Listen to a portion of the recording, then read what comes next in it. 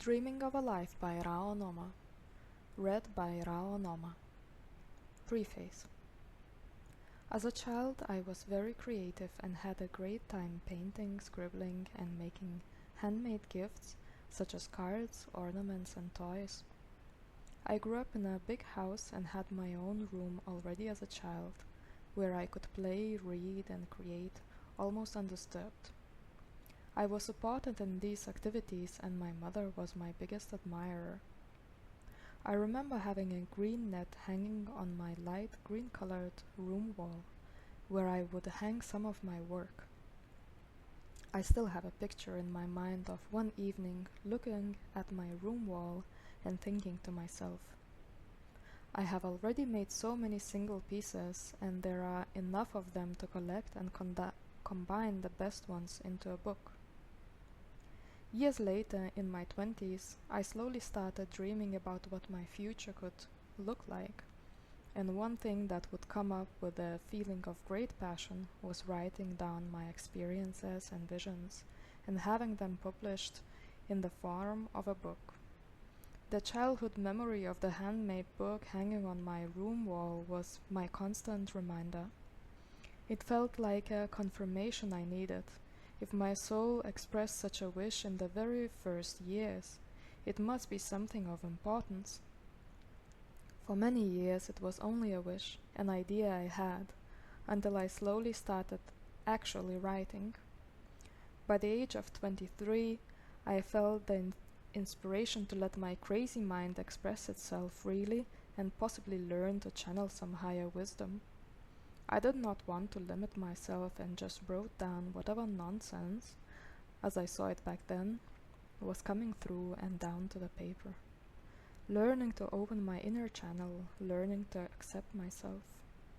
I knew that if I followed it, I could beautifully surprise myself. In order to complete and compile a book, I needed a collection of experiences. So I just started writing it down one by one, looking forward to the day when my story would take shape. From the beginning of this project, I knew one thing very clearly. I do not wish to speak to the rational minds of the readers, but rather their irrational sides, their feelings, their emotions. I do not intend to teach nor preach, but to inspire to dive deeper and remember what used to feel lost, but always belonged.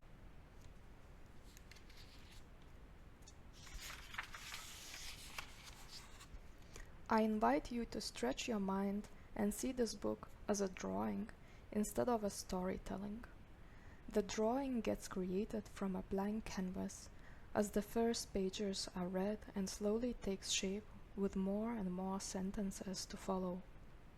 What might seem like a clear picture in the middle will surely transform itself into unseen facets with upcoming brush strokes.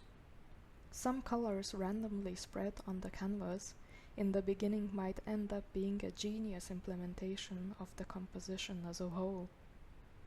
The last sentence of this already written but not yet read story, the created but not yet perceived painting, will be left behind, nesting in the back of your mind.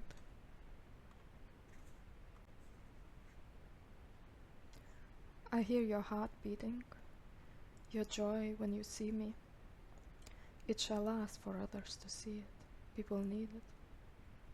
And when you hug me, when you kiss me, I feel the joy flowing into me. It must be kept alive. Visit me in my dreams, meet me in my visions, and I will pretend we were never apart. You dance with me like the wind blowing through the treetops.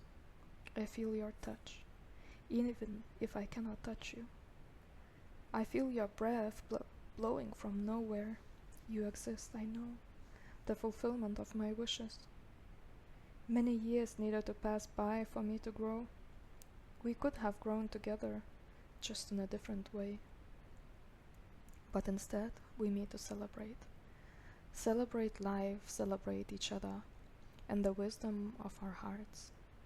To pass on the beauty in life, faith in the universe, gratitude for the spirit, and love for the moment. This is a poem written by Rao Noma in 2021.